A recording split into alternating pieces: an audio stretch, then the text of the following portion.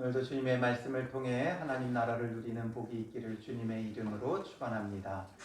우리가 마가복음 묵상을 시작한 게 엊그제 같은데 벌써 이제 끝을 향해 가고 있습니다. 오늘 본문과 이제 두 번의 본문만 더 하면 마가복음이 끝나게 되어집니다.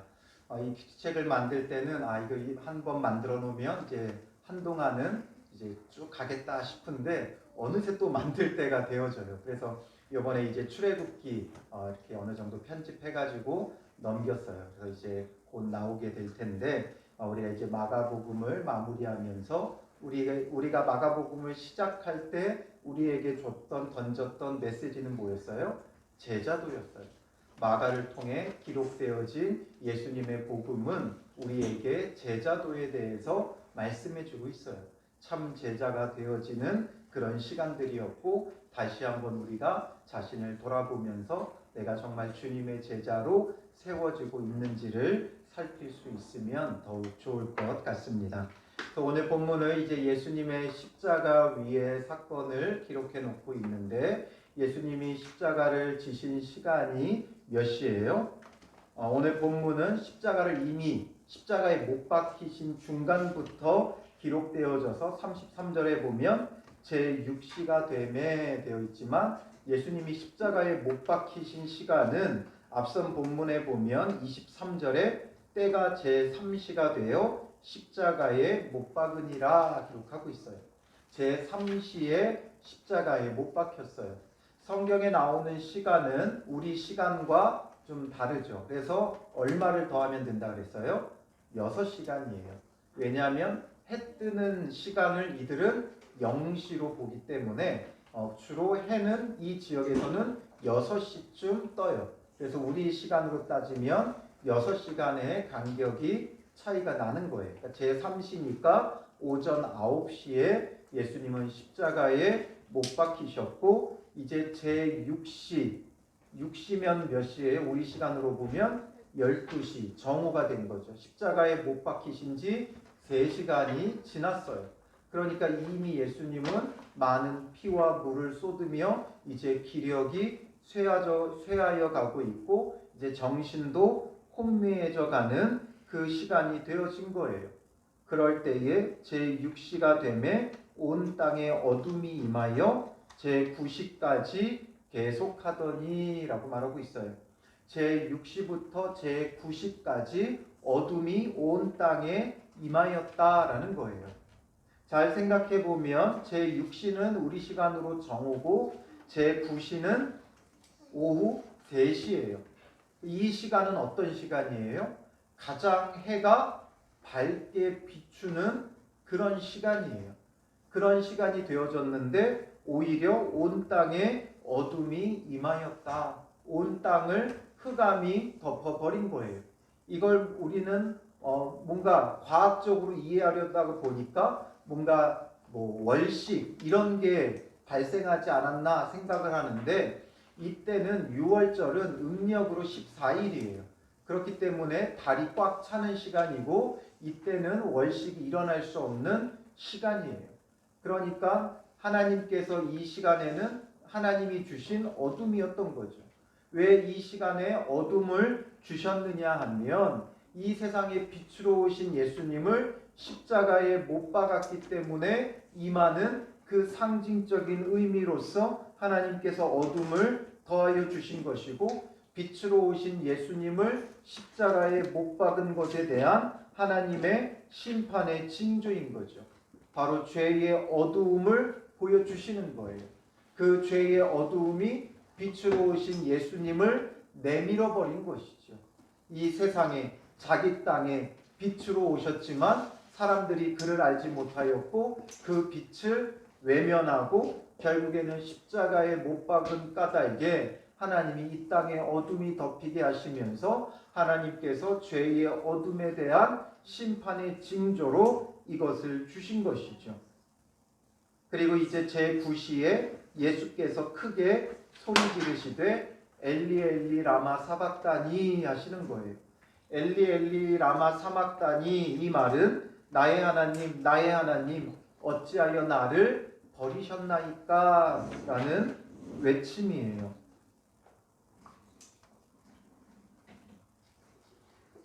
이 외침은 정말 하나님께서 이제는 예수님을 내버리셔서 예수님의 그 버림받음 때문이 아니라 우리의 죄를 대신 십자가에 지신 예수님이잖아요.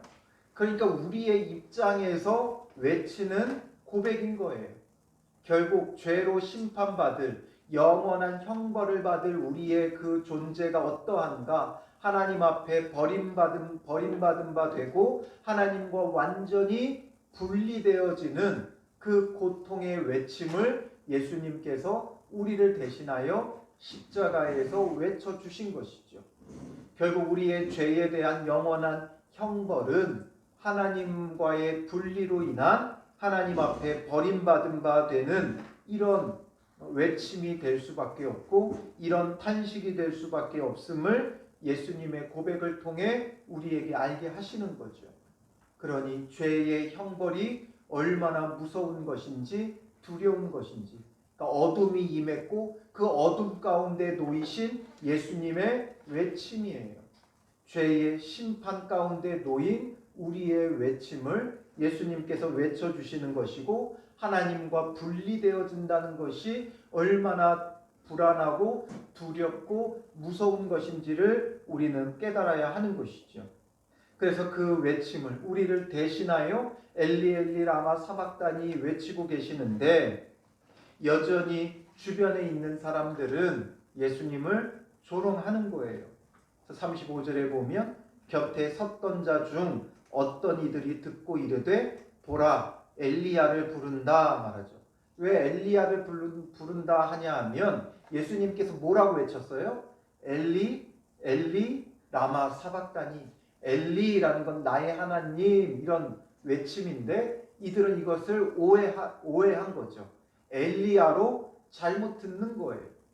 하나님을 부르고 찾고 있는데 이들은 엘리야로 잘못 들으면서 엘리야를 부른다 이러면서 조롱하고 있고 또 한 사람은 달려와서 해면에 신 포도주를 적시어 갈대에 꿰어 마시게 하고 신 포도주를 예수님께 주고 있죠. 신 포도주라는 거예요. 아주 신 포도주예요. 그러니까 이 신 포도주는 어떤 역할을 해요? 각성제 역할을 하는 거예요. 이제 정신이 혼미해져가는 죄수에게 신 포도주를 주어 내리쬐는 떼약볕 아래 갈증을 해소하기 위해 마시는 것이 신 포도주기도 하지만 여기서 지금 어둠이 임했잖아요. 그러니까 3시간 동안 어둠 가운데 놓였기 때문에 그 떼약볕 아래 갈증에 타는 목마름을 해소해주기 위한 배려가 아니라 오히려 이제 정신 바짝 차리라는 거예요. 마지막까지 제대로 이 모든 십자가의 형벌을 받으라는 것이고 예수님도 이 신 포도주는 받으신 거예요. 예수님의 이 십자가 사건 가운데 저의 마음을 가장 두드리는 건 바로 이거예요. 예수님께서 처음에 모략탄 포도주는 마시지 않으셨지만 나중에 이 신 포도주는 드셨다는 거예요.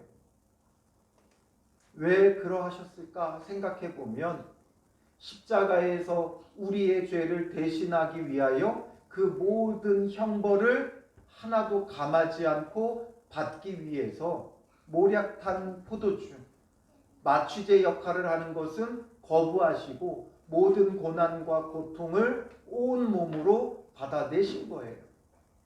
그리고 신포도주를 줄 때 그 신포도주를 마시면서 정신을 바짝 차리고 십자가에서 져야 되는 우리의 모든 죄의 형벌을 마지막까지 조금도 감하지 않고 정신을 차리고 그 온몸에 전해져 오는 그 고통과 통증을 다 감내하시면서 결국에는 우리의 구원을 완성하시는 것이죠.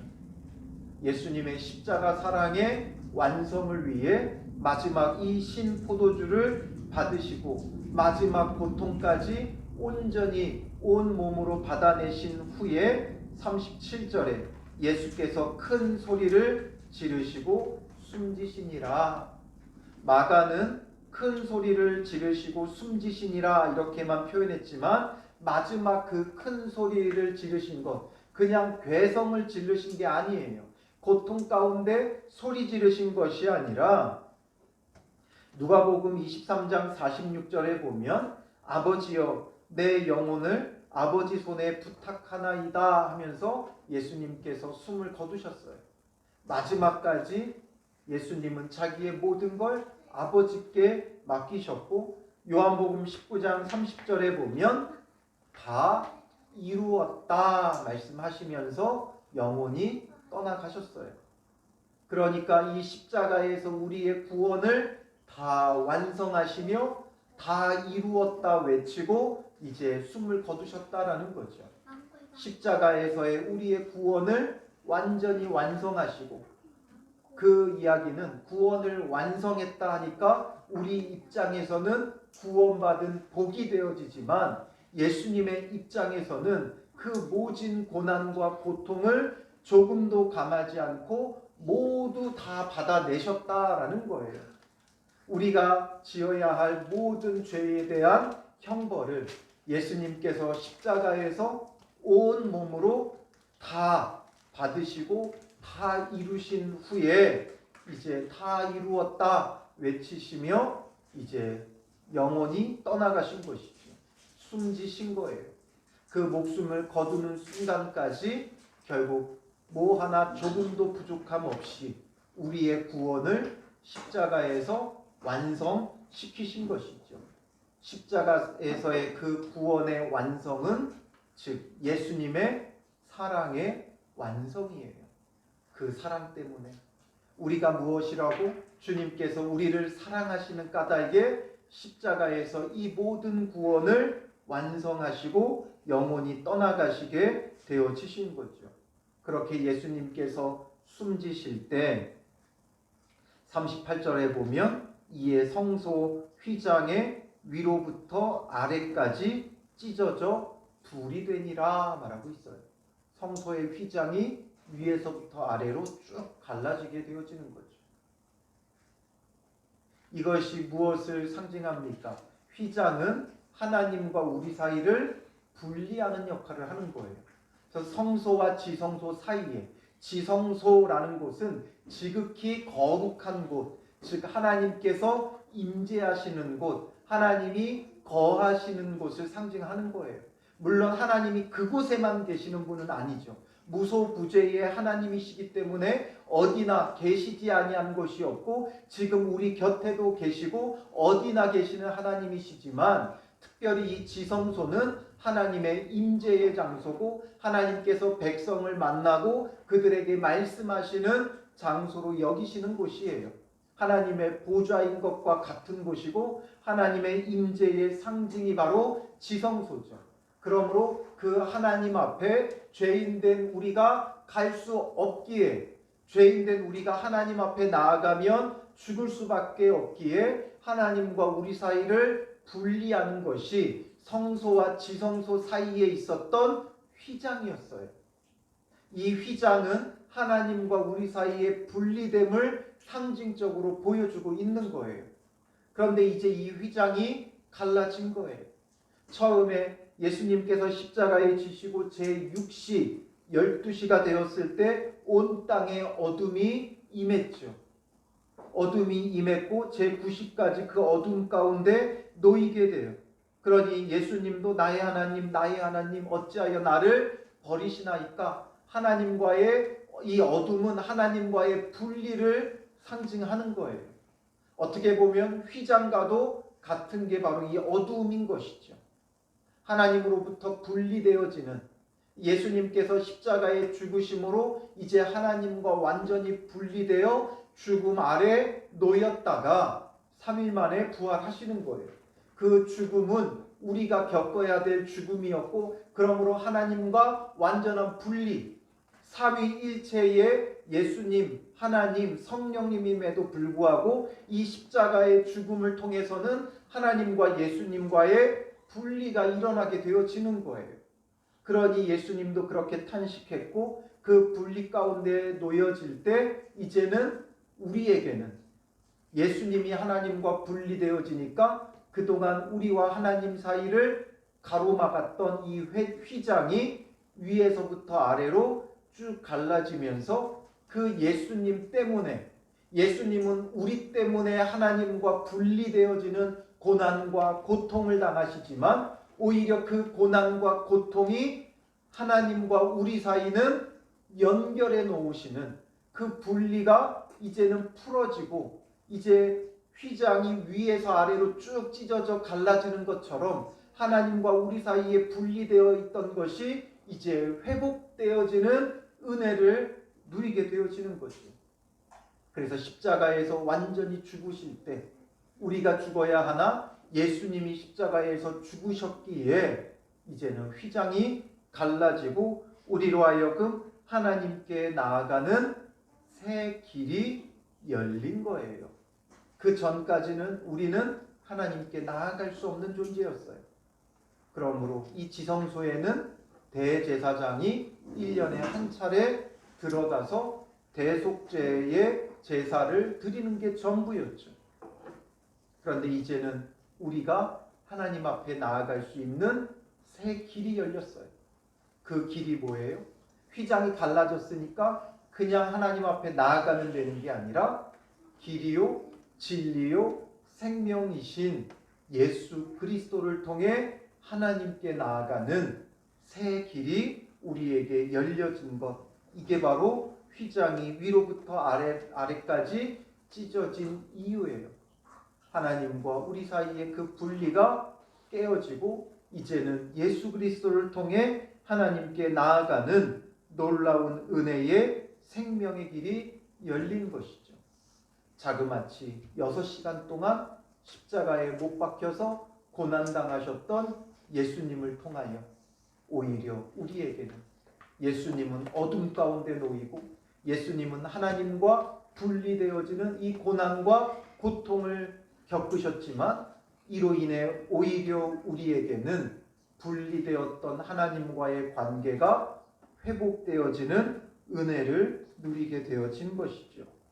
이 놀라운 광경을 바로 옆에서 보았던 예수님의 십자가 처형을 주관했던 백부장이 어떤 반응을 보이는지를 보세요. 39절 같이 읽겠습니다. 예수를 향하여 섰던 백부장이 그렇게 숨기심을 보고 이르되 이 사람은 진실로 하나님의 아들이었구나 하더라. 백부장은 예수님께서 그렇게 숨지시는 것을 보기만 하고도 이 사람은 진실로 하나님의 아들이었도다 라는 것을 고백하죠. 예수님 때문에 어둠이 임하는 것도 보았고 그 안에서 모든 고난과 고초를 온몸으로 받아내면서도 그 누구 하나 원망하거나 불평하거나 욕하지 않고 그 모든 걸 온몸으로 받아내시는 예수님을 본 백부장의 증언이 하나님의 아들이었도다라는 거예요. 이 백부장은 로마 군인이겠죠. 유대인도 아니고 로마 군인이에요. 그런데도 불구하고 예수님의 하나님 아들 되심을 고백하고 있다는 거죠. 이 놀라운 십자가, 오늘 우리에게 하나님께 나아가는 새 길이 되어진 거예요. 그렇다면 이제 우리의 삶은 어떠해야 되느냐? 그 예수 그리스도를 통해 하나님 앞에 나아가는 삶을 살아가야 한다는 거죠. 하나님 앞에 나아간다는 건 하나님의 그 온전하심, 하나님의 그 거룩하심, 하나님의 그 정결하심, 하나님의 그 순수하심, 그 앞에 나아갈 수 있는 자는 정결하고 거룩하고 흠없는 자가 되어져야 하는 것이죠. 그러므로 이제 예수 그리스도를 통해 온전히 거룩하고 온전하게 살아가는 주님의 자녀가 되어져야 되는 거예요. 이제는 그 예수님의 십자가 사랑을 기억하며 우리가 회개하며 돌이킨 삶이 필요하다는 거죠. 예수님 믿고 구원받았다가 끝이 아니라 정말 회개한 자, 회개에 합당한 열매를 맺는 것이 중요한 거예요. 그래서 내가 정말 이전의 삶과 오늘의 삶이 달라야 돼요. 회개하고 돌이켰고 예수님을 의지함으로 하나님 앞에 늘 한 걸음 한 걸음 나아가야 되는 거예요. 왜냐하면 하나님과 우리 사이를 가로막았던 죄의 담이, 휘장이 갈라졌기 때문에 이제는 그 앞으로 한 걸음 한 걸음 나아가는 삶을 살아야 돼요. 그런데 우리가 여전히 죄 가운데 있다면 우리는 어떻게 하는 거예요? 우리가 스스로 다시 휘장을 치고 있는 거죠. 예수님이 갈라놓으신 휘장 마치 커튼 치듯이 다시 치고 나는 모른다, 나는 하나님과 상관없다 하고 사는 것과 같은 거예요. 그 찢어진 휘장을 내가 스스로 다시 꿰매서 가로막고 있는 것과 같은 거예요. 그러니 우리의 삶이 어떠해야 되는가? 주님의 십자가 앞에 돌이킴이 있어야 돼요. 왜냐하면 십자가는 사랑이기 때문에 그래요.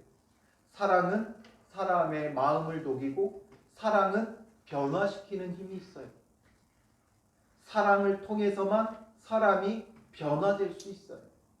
아무리 혼내도 아무리 가르쳐도 사람은 바뀌지 않아요. 그러나 사랑받을 때 달라져요. 사랑받을 때 우리가 변화되어져요. 그러므로 예수님의 그 참 사랑을 받은 자가 되어야죠. 십자가 그 사랑을 바르게 알고 바르게 깨닫고 바르게 느끼는 자가 되어지면 그 십자가 사랑 앞에 우리는 회개하고 돌이키는 자가 되어져야 돼요. 그때 이제는 갈라진 휘장 사이로 예수님을 의지하며 하나님 앞에 나아가는 믿음의 사람이 되어지는 것이죠. 예수님의 이렇게 십자가의 죽으심 가운데 제자들은 이해하지 못해 뿔뿔이 흩어졌어요. 예수님의 제자라고 하는 자들은 다 뿔뿔이 흩어졌어요.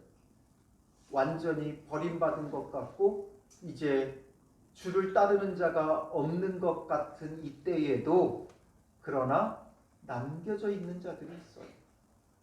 너무 놀라운 자들이 있어요.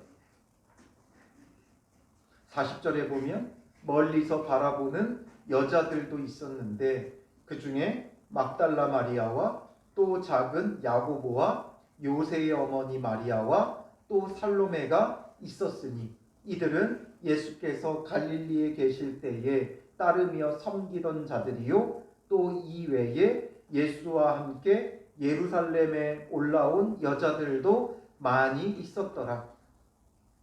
대부분 여자들이 남겨져 있었어요. 참 희한한 게 이때나 지금이나 예수님을 따르는 자들은 여자가 더 많아요. 여자들. 물론 여성들을 비하하는 건 아니지만 여성들 하면 그 이미지가 이때부터 지금까지 연약한 존재들이에요. 물론 지금은 많이 달라졌지만 이 시대에는 성경이 쓰이던 시대에는 여자들은 아무것도 할 수 없는 존재였어요. 어떤 관직을 얻을 수도 없고 어떤 큰 일을 이룰 수도 없는 그런 위치에 있는 자들이었어요. 그러나 이런 자들이 마지막 예수님의 그 십자가도 뒤따라가는 거예요. 뭔가 큰 일을 할 것 같은 사람들은 다 뿔뿔이 흩어지고 도망가고 숨어버렸고 정말 주를 위하여 목숨을 버릴 것 같았던 남자들, 제자들은 전부 다 사라지고 도망가고 이들만 남아있다는 거죠. 오늘 우리가 주일 낮 시간에도 레위에 대해서 함께 보았지만 하나님이 보시는 시선과 우리가 보는 시선은 달라요. 사람들은 죄인이라고 손가락질하고 욕하지만 하나님 예수님은 그 레위의 그 마음을 아시고 그 사람이 뭘 할 수 있겠어요? 로마의 앞제비 역할이나 하는 세리가 자기 동족의 피를 빨아먹는 세리인 레위가 뭘 할 수 있겠어요? 그러나 예수님은 그 레위를 보시고 그를 제자로 삼으셨어요. 그러니까 그는 마태가 되어지죠. 그래서 마태로서 정말 하나님의 선물 같은 존재, 유대인들에게 하나님의 선물 같은 존재가 되어 마태복음을 기록하는 거예요. 마태복음은 유대인들을 위해 쓴 복음서예요. 그래서 그 예수님에 대하여 유대인들에게 논증하며 예수님의 그 참 복음을 증거하는 자가 되어지는 것이죠. 우리가 보는 기준과 주님이 보는 기준이 달라요. 우리는 이런 사람이 예수 믿으면 정말 큰일 하겠다 싶지만 그런 사람들이 예수 믿으면 큰일 하는 게 아니라 큰 일을 치더라고요. 사고를 쳐요. 어렸을 때 장로 대통령이 됐다 이런 말을 들으니까 굉장히 기분 좋았어요. 예수 믿는 사람으로서 야, 장로님이 대통령이 되면 이제 우리 정말 복음의 증인이 되겠구나 했지만 그렇지 않더라고요. 오히려 교회를 욕되게 하고 수치스러운 부끄러움이 되어지는 거예요. 이제는 누가 정치인들 중에 국회의원 중에 누구 장로라고 하면 제가 이런 표현해서 그렇지만 정치인 장로는 가짜 장로다 제가 늘 이야기를 하거든요. 왜냐하면 그들은 표를 위해서 교회에 와서는 장로가 되고 절에 가서는 또 절대로 하고 또 카톨릭 가서는 또 세례명이 있고 이런 사람들이더라고요. 대부분. 그러니 뭔가 대단한 사람들, 대단한 일 할 것 같다 생각하지만 사고는 안 치면 다행이에요. 큰 일을 치지만 않으면 다행이에요. 오히려 정말 연약한 자들, 무엇 할까 싶은 사람들, 이런 사람들이 주님 안에서는 오히려 더 귀하고 값지게 쓰임 받는 거예요. 그러니 그 레위 때문에 많은 세리와 죄인들이 예수님을 믿고 따르게 되어지고, 그리고 이제 나중에는 마태복음을 기록해 많은 유대인들에게 복음을 전하게 되어지는 거죠. 그렇게 이 여인들 주님을 묵묵히 따르며 예수님의 장례도 치르고 결국 나중에는 부활의 첫 증인이 되는 자들도 바로 이 여인들이에요. 너무나 귀한 역할을 하죠. 부끄러워서 두려워서 숨어있는 제자들에게 예수님의 부활을 전하는 이들도 바로 이들이 되어지는 거죠. 그러니 우리가 어떤 위치에 있든지 중요하지 않아요. 항상 주님 곁에 남겨져 있는 참 제자가 되는 게 중요한 것이죠. 그렇다고 하여 늘 힘없는 자들만 중요한 것이냐? 아니에요. 이제 그 뒤에 보면 이 42절에 이날은 준비일 곧 안식일 전날이므로 저물었을 때에 아리마대 사람 요셉이 와서 당돌이 빌라도에게 들어가 예수의 시체를 달라 하니 말하죠. 아리마대 사람 요셉이 이제 예수님의 장례를 위해 빌라도에게 들어가 예수님의 시체를 달라고 해요. 이 요셉은 어떤 사람이었어요? 43절 뒷부분에 보면 존경받는 공회원이요 하나님의 나라를 기다리는 자라. 공회원이었다는 거죠.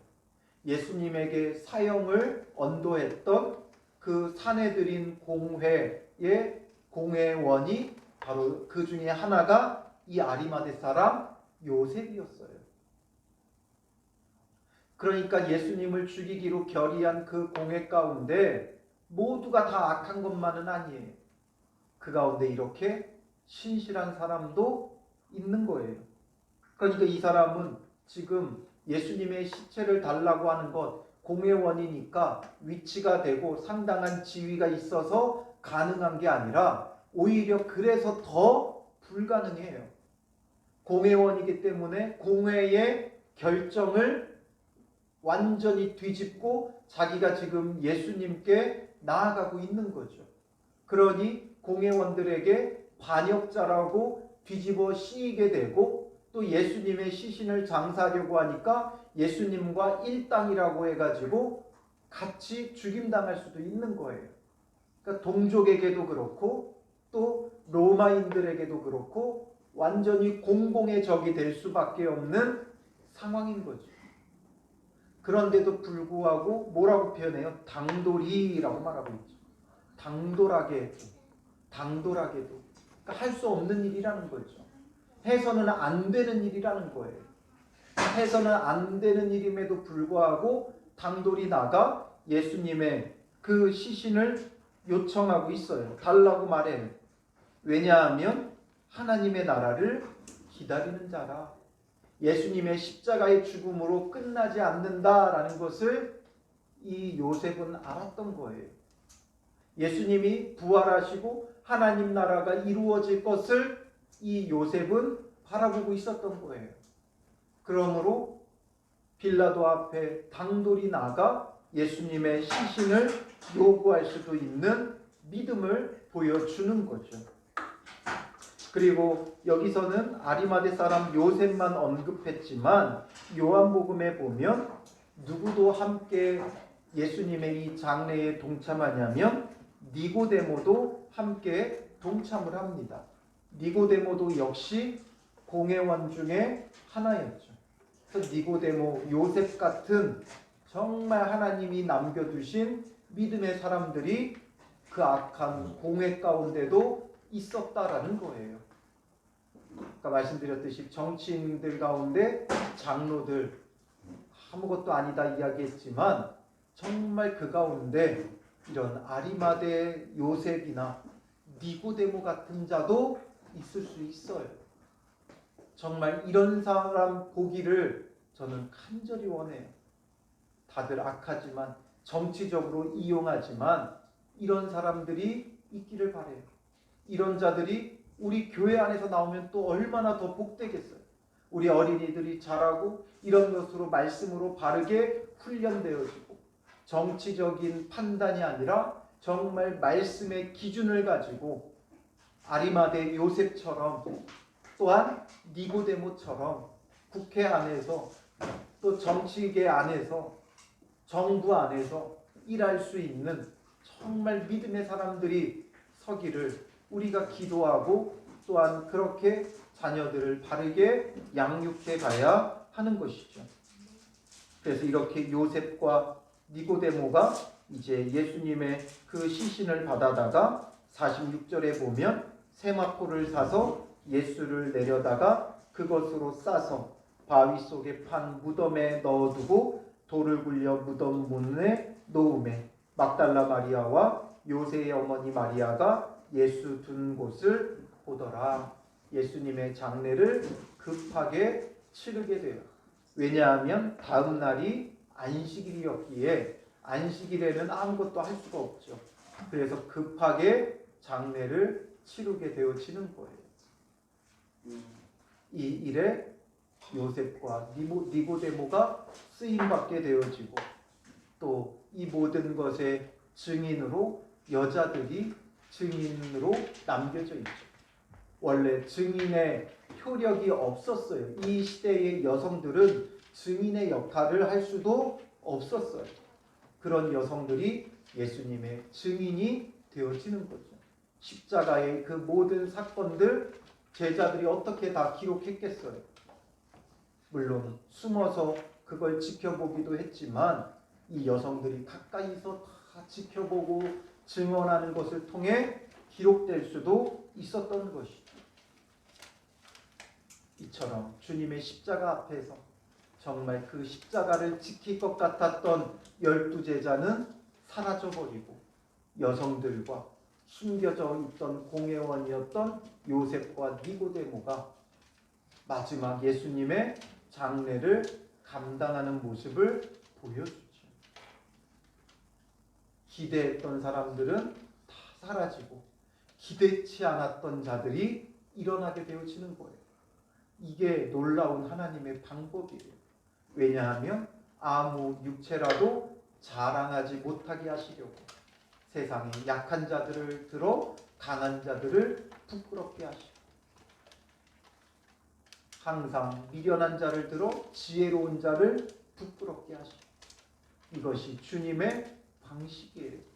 어떻게 보면 오늘 우리는 그 누구도 기대하지 않아요. 우리 교회에 무엇을 기대하지 않아요. 목사인 저에게 세상이 무엇을 기대하지 않아요. 제가 뭐라고 설교해도 세상은 관심 없어요. 그러나 큰 교회 목사님들은 뭔가 말 한마디만 잘못해도 물어뜯고 난리가 나죠. 기대하지 않아요. 우리 교회의 어린이들 누가 기대하고 있지 않아요. 그러나 기대치 않는 우리지만 이런 우리가 오히려 주님 앞에 바르게 서면 더 귀하게 값지게 쓰임받을 수 있는 너무 좋은 조건을 갖고 있다는 거예요. 세상 사람들이 보기에는 세상의 조건으로는 정말 아무것도 가지지 못했지만 하나님의 조건으로는 다 가진 자들이에요. 다 가진 교회예요. 다 가진 목회자예요. 다 가진 성도들이에요. 그러므로 우리가 중요한 건 주님의 제자가 되는 거예요. 주님의 참 제자가 되는 거예요.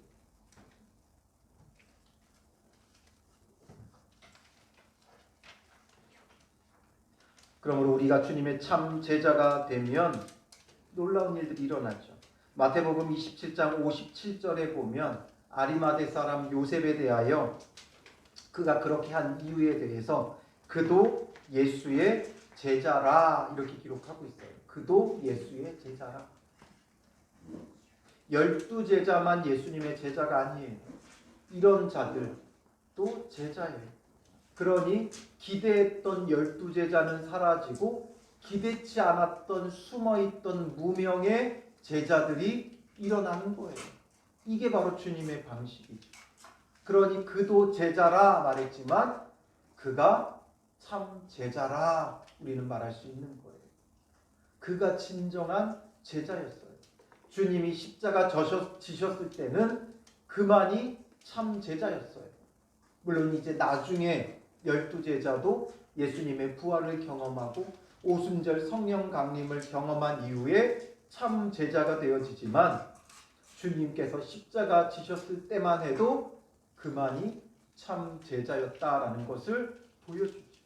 이 시대 가운데 정말 주님의 제자 같은 교회, 정말 한국 교회를 이끄는 교회, 목회자들, 성도들 다 있겠지만 정말 주님의 십자가 앞에서 그 십자가를 지킬 자들은 대표적인 교회가 아니라 숨겨져 있는 교회들이고 숨겨져 있는 성도들이에요. 그들이 진짜 일어나는 때가 일어나요. 큰 교회, 목회자들, 성도들, 교회는 이제 세상의 눈을 의식할 수밖에 없어요.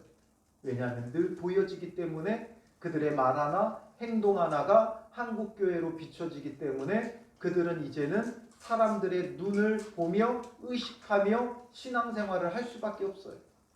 그러나 오늘 우리는 그 누구도 주목하지 않기에 정말 말씀대로만 살 수 있는 교회 성도들이 될 수 있는 거죠. 그러니 오늘 우리는 누구 눈치 보지 말고 정말 주님의 말씀대로 참 제자로 세워져 가는 성도들이 되시기를 주님의 이름으로 축원합니다. 기도하겠습니다.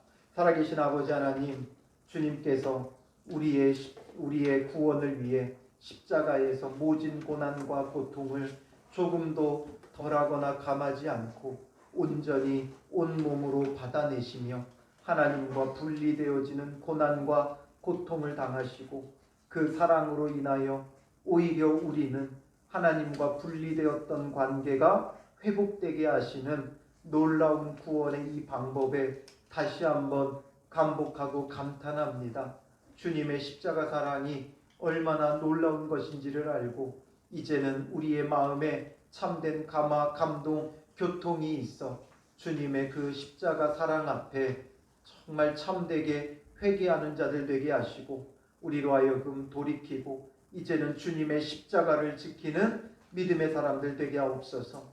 고난의 때에 어렵고 힘들 때에 정말 주님의 십자가를 지킬 수 있는 무명의 제자들, 무명의 교회와 성도들이 다 될 수 있도록 주님 함께하여 주시며 인도하여 주시옵소서. 주님 안에서 감춰져 있지만 무명이지만 정말 주님께만은 유명한 자들 되게 하시고 약한 우리를, 세상이 주목하지 않는 우리를 들어 사용하실 것을 바라보며 오늘도 묵묵히 주의 말씀의 기준을 따라 살아가는 복된 성도들 될 수 있도록 인도하여 주시옵소서.